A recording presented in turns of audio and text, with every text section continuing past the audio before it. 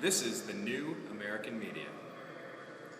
All right, we are back here on the newamericanmedia.com and the TNAM radio network for the Unhappy Hour. I am your host, Brian Engelman. Thanks for sticking around.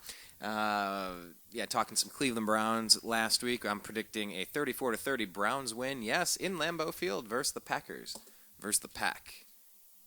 So we'll see how that goes. I see the Browns season is half full, not half empty. And maybe I'm half crazy. But is it the good half or the crazy half? If you're having some coffee, pass the half and half. All right, I'm done. Seriously. All right, I want to talk about these couple of stories. This is from an interesting site that we encounter quite a bit. Weasel Zippers, scouring the bowels of the internet. This is a story that says, LA Times calls for the banning of professional football. NFL is despicable and should be banished from our site forever. Huh. Okay. There are dozens of reasons why the NFL deserves to go away, but to be banished. Hold on. There are dozens of reasons why the NFL deserves to go away, to be banished from our site forever. There are at least two reasons why that won't happen: tradition and Peyton Manning. The October 8 PBS show, A League of Denial, was a journalistic masterpiece. If you haven't seen it, find it. It is everywhere on the internet. It should be. It was 2 hours that can be oversimplified in one sentence. Sentence being this. For years, the NFL knew its players were suffering head injuries that would bring serious long-term damage, yet it denied that, stonewalled the players seeking help, and spent millions to muddy the truth. Wow. Sounds like genetically modified foods. Sounds like the Federal Reserve. Sounds like endless wars like Eurasia, East Asia in 1984. I digress. Does it remind you of any of that stuff? Back to the story. Many readers still respond to every written word about this with the predictable, quote, "These guys knew what they were getting into. Why should we feel sorry for them?" End quote. That's wrong. They knew they were playing a rough game, that there would be bent fingers in their elder years. They did not know that many serious brain injuries would accompany those bent fingers. The PBS show was devastating to the NFL, which deserved to be devastated. When Representative Linda Sanchez, Democrat from Lakewood, questioning Commissioner Roger Goodell during the 2009 congressional hearings, likened the NFL to big tobacco. Okay, that's another good one. GMO foods, big tobacco, Federal Reserve, endless wars, who killed Kennedy, nothing happened at Roswell, fantastic. So when she when she likened the NFL to big tobacco, we had no idea that she had hit the right keynote. After the PBS show, we know. What a despicable label to have pinned on you. Those who hate reading about this stuff usually feel that way because there is a nagging little voice somewhere in the back of their mind that says, gee, maybe they'll shut the NFL down. And I love the NFL. No worries, mate. People are still smoking, and NFL players will still be taking shots to the head. And shots to their buttocks. Just like the baseball players. I'm sure the basketball players are using steroids too, but I digress. I'm interspersing a few of my words here, so back to the story. No worries, mate. People are still smoking, and NFL players will still be taking shots to the head. Our country's freedom allows us the right to be stupid. Does it? We'll see what happens with the Obamacare rollout. Anyway, the NFL is as woven into our fabric as the singing of the national anthem before games. The NFL's biggest game, the Super Bowl, has become the equivalent of a national holiday. There is no turning back. We don't abhor the smashing heads. We celebrate them.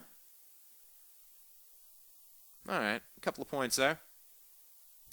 Yes, it should be a national holiday. Nobody should have to work the day after the Super Bowl. Can we just get that down already?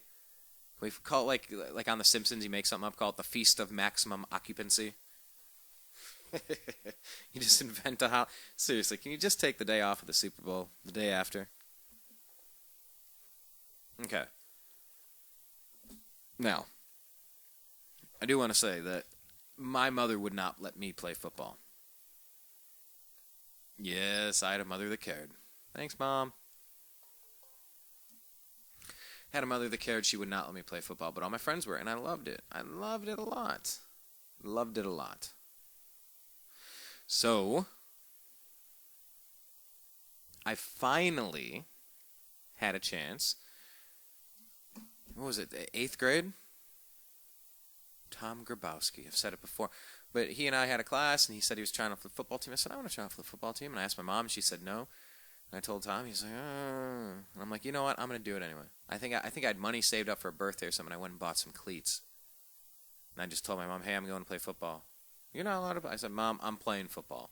You've kept this from me up until 8th grade. I'm playing it. I want to play. I like football, I think.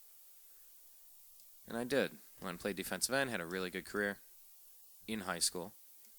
Played on 2 undefeated teams.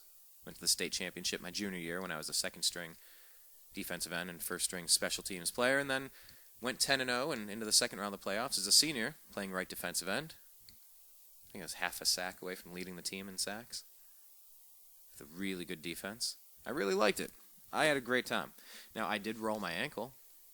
I mean, I certainly hurt myself in 100 different ways. You know, I certainly got my bell rung, I suppose. I think playing a softball game a couple of years ago when I caught a line drive and then lunged to try to pick the person off third base, and she fell on my head. That was probably the most my bell has ever been rung. Yes, a girl falling on my head was worse than getting hit by a 6'7", 285-pound behemoth. Although that running back, that little fullback cannonball kid from Canton McKinley, he gave me a headache, I'll tell you what. That was a tough game to keep hitting that kid. But yeah, I mean, to hide the truth, it's kind of despicable. It's like the genetically modified food. It's like people know how bad it is. They know that they're genetically engineering food to be... Basically what genetically modified food does is people like Monsanto will engineer Roundup resistant food. So they'll create frankenfoods. They'll splice the genes of corn, and so it becomes resistant to Roundup, Monsanto Roundup. So here's what happens. So the bugs will try to eat the corn, and it'll rot their stomachs. Or when the bugs are there, they spray the toxins down, and it kills the bugs, but it doesn't harm the food. Except all that genetic manipulation, there are lots of studies saying that it's the same thing that rots the insects' stomachs out to kill them when they try to eat the corn. It's the same thing that's sitting in your gut. Irritable bowel syndrome, cancer. Like there's a whole bunch of studies. Long story short, I don't want to be a guinea pig, okay? I don't know, maybe the product's fantastic, but I'd like a few more decades to figure it out before you change all of what food, air quotes, food is. You know, and for these players in the NFL, that they were hiding the truth from them. And there's a lot of people claiming that Monsanto and similar companies, Cargill and whatnot, are hiding the truth of the studies they've done on rats and humans over XYZ years. And they've hid the dangers. And that's not fair. That's not fair at all. So I think they do have a point. They do have a point. You know, and I got to watch this. Got to watch this, A League of Denial. I just don't like lies. You know, I mean, people are going to get hurt playing sports. I understand that, but you shouldn't be hiding this truth from people. You know, and you know what happens when that happens? You lose respect. Well, there may be a karmic price to be paid as well, but I digress on that. But, I mean, I had a guest, what was it, a year and a half ago when Junior Seau shot and killed himself. You know, talking about CTE, chronic traumatic encephalopathy. You know, the result of lots of concussions. That ain't good, man. That ain't good. So, I mean, it is serious. My mom was probably right. Yes, shockingly enough, my mother was probably right. But I loved it. I really wanted to play. But it's just like something that I sent out on my Facebook profile. What was it today? It says, if you want to achieve greatness, stop asking for permission. If you want to achieve greatness, stop asking for permission. The fact of the matter is, I stopped asking for permission, and I just decided to inform her that I was playing. Deal with it. So, you know, but back to my point over here. When you lose respect through lies, that's not good. You know, if If you're the leader with nobody following behind you, you're not much of a leader. I'm just saying. And so that kind of brings me to my next story here. I want to transition, but check it out. A League of Denial. I can't promote it. I can't bash it. I haven't seen it, but I'm interested in it. There were horrible experiments done on U.S. citizens. The Tuskegee Institute. Let's just go down the list. I mean, there's a whole bunch of times where humans have been lied to, Americans especially. And I just don't want to be a guinea pig. Would I have made a different decision knowing that people are getting knocked around, getting knocked stupid? I mean, look, I get it. I get it. I know the football is violent, but had I understood that there was long-term brain damage to be done, I don't know that I would have messed around with that. I mean, hell, my brain is the best thing I got going for me. Plus a pretty cool smirk. No, but I mean, you lose your brain, what do you got left? I mean, hell. My friend was pretty thick growing up, and he was getting ripped on by this one kid. He's like, blah, blah, blah, you're fat. And he turns around and he goes, yeah, well, you're ugly, and I can diet. Now, that's a pretty good comeback. Yeah, well, you're ugly, and I can diet. I mean, really, if you lose the normal functioning of your brain, what do you have left? You can't diet. You can't fix that. You can't undo that. So, maybe the NFL does deserve to go away. I don't know. But I'll tell you what, I'm cheering for my Cleveland Browns. 3-3, glass half full. Glass is half full. Have a legitimate shot to push for a wild card spot. Why not? Have a legitimate shot to push for the division. One game back is Cincinnati. So, anyway, I want to get to this story real quick. Grambling State players refuse to travel. This is off ESPN. I just caught wind of this story, and it's kind of fascinating. I got to get some more information on it. I got to be careful passing judgment or giving you too much here until I can dig around a little bit more. But I want to make sure you have a chance to hear about this. Grambling State on Friday canceled its football game against Jackson State after Grambling's disgruntled players refused to travel to Jackson for the game Saturday. The players, upset with travel policies, poor facility conditions, and a tumultuous coaching situation, made a decision not to play at a team meeting Friday afternoon, a player told ESPN's Brett McMurphy. Love the quote. Quote, "We aren't playing," end quote, the player said. That is just classic. What great investigative journalism from this Brett McMurphy. Sorry, man, but seriously, that's your third paragraph in this. We aren't playing, the player said. Wow. Great, that kind of sums up what you just said. Moving on, Jackson State spokesman Wesley Peterson told the AP on Friday that Grambling officials contacted JSU at about 6 p.m. Eastern and informed the school of the decision. This is real late-breaking news, I suppose. Buses that lined up at Grambling to transport the team remained empty on Friday. School officials delayed departure of the team's buses for an hour until 4:30 p.m. Eastern Time in hopes of changing the players' minds. According to reports, that deadline passed and the buses left without players before 5 p.m., the News Star reported. I wonder if those buses are going to go there to the game anyway. Hey, you paid for the whole hour. You can do what you want for the next 25 minutes. Sorry, I digress. I've seen that in a movie somewhere. Not real-life experience. Before Jackson State's announcement, Grambling spokesman Will Sutton said Friday there would be no forfeit. In a text to the Associated Press, he said school officials were meeting to decide the next step. Apparently, nothing could be worked out so that the game could be played. Southwestern Athletic Conference Commissioner WR Sharp said according to league rules, Grambling will forfeit and the school will be fined. Quote, "I've been in contact with the schools, and they've informed me that the game is going to be canceled. It's just a very disappointing situation when something like this happens, but we'll do everything we can with these schools to reach an understanding moving forward," Sharp said. Grambling players walked out of a meeting with school officials Tuesday and did not show up at practice on Wednesday. On Thursday, the school relieved George Ragsdale of his duties as interim coach and replaced him with defensive coordinator Dennis Dirt Winston. Dirt McGirt. Dirt? Dennis Dirt. Why wouldn't they play for dirt? What's going on where you ain't going to play for dirt? Come on, man, that's dirt. How do you do a good Southern accent? How do you do that? Maybe I'll stop it. The Shreveport Times reported that one of the conditions for the players to end their boycott was that Ragsdale, who started the season as running backs coach, be relieved of his coaching duties. Athletic director Aaron James said Winston has the ability to, quote, tone things down and get the program up and running smoothly. Dirt Winston. Come on, man. See if Dirt can turn it around. Get Dirt. Dirk. Sorry.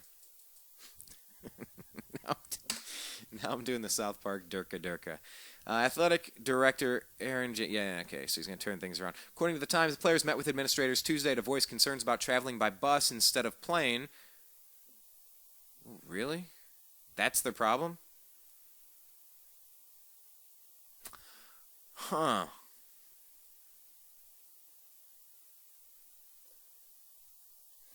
Okay. According to the Times, the players met with administrators Tuesday to voice concerns about traveling by bus instead of plane to games in Kansas City, Missouri, and Indianapolis. Poor facility conditions, and the firing of coach Doug Williams in September. Williams sent a text message Friday evening to USA Today saying, "I'm proud of them boys. They took a stance." Really? I gotta do the accent again because of your grammar? I'm proud of them boys. They took a stance. For the 750-mile trip to a neutral site game in Indianapolis, SI.com reported that the team left campus at 6 p.m. last Thursday and arrived in Indianapolis at 9 a.m. Friday. Grambling lost 48-0 to Alcorn State the next day. Alcorn State, based in Mississippi, flew to the game. Grambling safety Naquan Smith told SI. "It does something to your body being on the bus that long," Smith told SI. "We were kind of upset the other team got a chance to fly there. It wasn't fair." For this week's game, Jackson, Mississippi was about 160 miles from Grambling, Louisiana. Grambling fired Williams in September after the Tigers 0-7, 0-4 in the SWAC, lost their first two games by a combined score of 71-19. Grambling went 1-10 last season. Williams had raised funds through an alumni group and bought sorely needed new mats for the weight room, SI reported.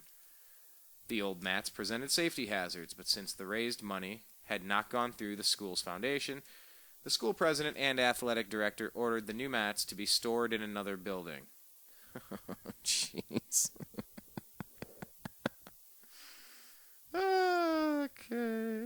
Okay.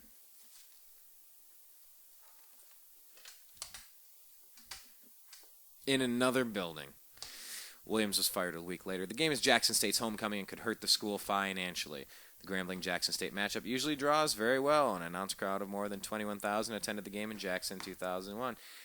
You know what? I kind of like this. I do.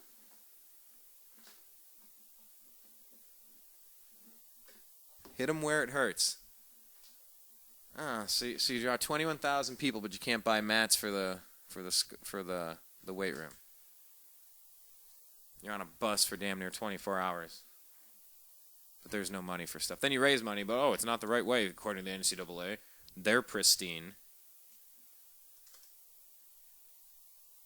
Kind of like this, but I don't like strong-arm bully tactics at the same time. Ooh, this is an interesting... You look at the president and the Senate, Harry Reid and Barack Obama, not being willing to negotiate anything. And the Republicans taking a stand saying, no, we're not putting up with this. And it creates total gridlock and everything gets... Okay, not everything gets shut down. But just the tactics of it all. You know, I do a lot of business up in San Francisco. And the BART strike is going on right now. That's impacting a lot of people. You know, you want to sort some stuff out, fine, but don't impact everybody else. But I mean, you're not going to sell your 21,000 tickets. Well, too bad you didn't buy some mats or spring for some airline tickets. It's an interesting story. I'm torn. I'm torn on how to feel about this. So Jackson State's homecoming game could hurt the school financially. 21,000 attended the game in Jackson in 2011. Jackson State spokeswoman Jean Cook said the school would still have homecoming festivities, featuring the homecoming parade, a football scrimmage. Ooh, they should have a powder puff game. Now that I would watch. Was that the lingerie league?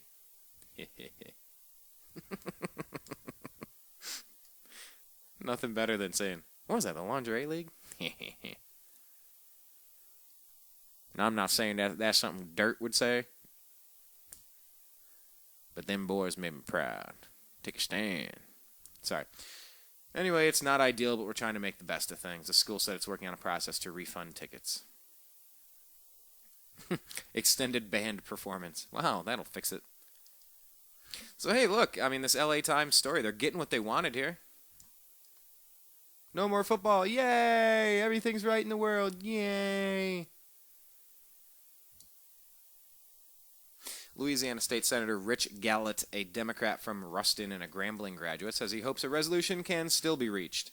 I am still optimistic that not only will the situation with the scheduled game with Jackson State be resolved, and the teams will play, but I'm also optimistic that leadership issues and the concerns of the student-athletes will all be fleshed out and addressed and will be able to return to a semblance of normalcy on campus. Okay.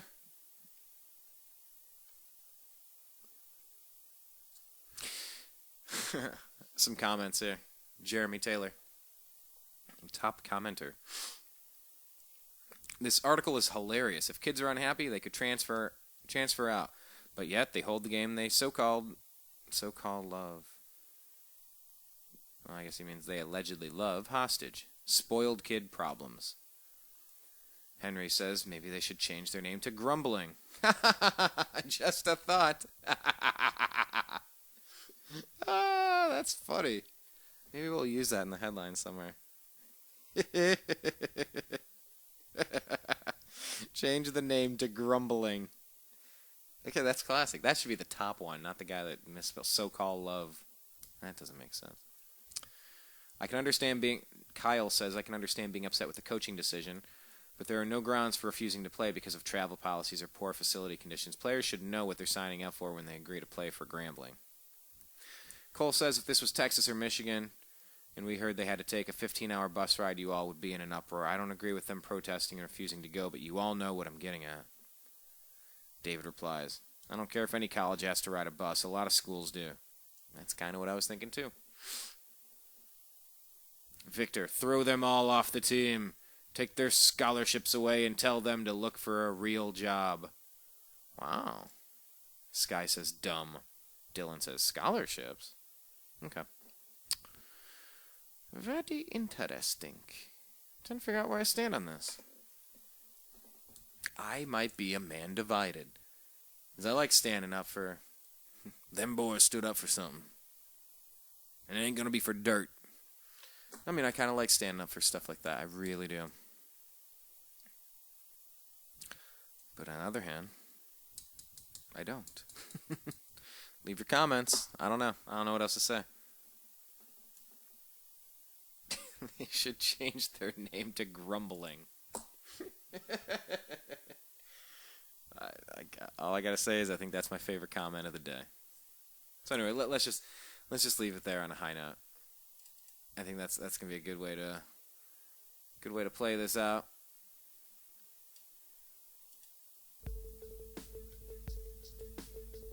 I don't know. I do have another show to do. Agree to disagree. But I mean, this LA Times story and this Grambling thing, I think it gets to bigger issues about unions, worker rights, health and safety.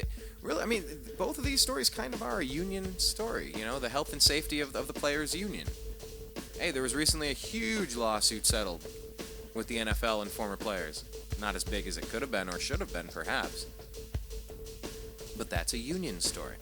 You look at these kids, I mean, they're making how much, and you see in the article how it says, oh, it could hurt the school financially. Well, maybe you should take care of your players a little bit. You want to keep everything for yourself? Well, guess what? They can rise up and take the power back from time to time. Then again, take those scholarships away. Tell them to go look for a real job. Good luck. Good luck affording college on your own. This really is a more complex story. The Grambling one, or the Grumbling one, than you might think. But I mean, really, should college players be able to make money off their likeness? I mean, should they be able to make money? Maybe. You know, and that's one of the big stories going on.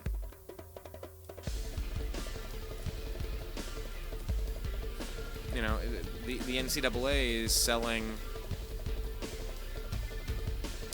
football games with likenesses of the players. They can't make any money. But they can't make any money off it. It's really weird.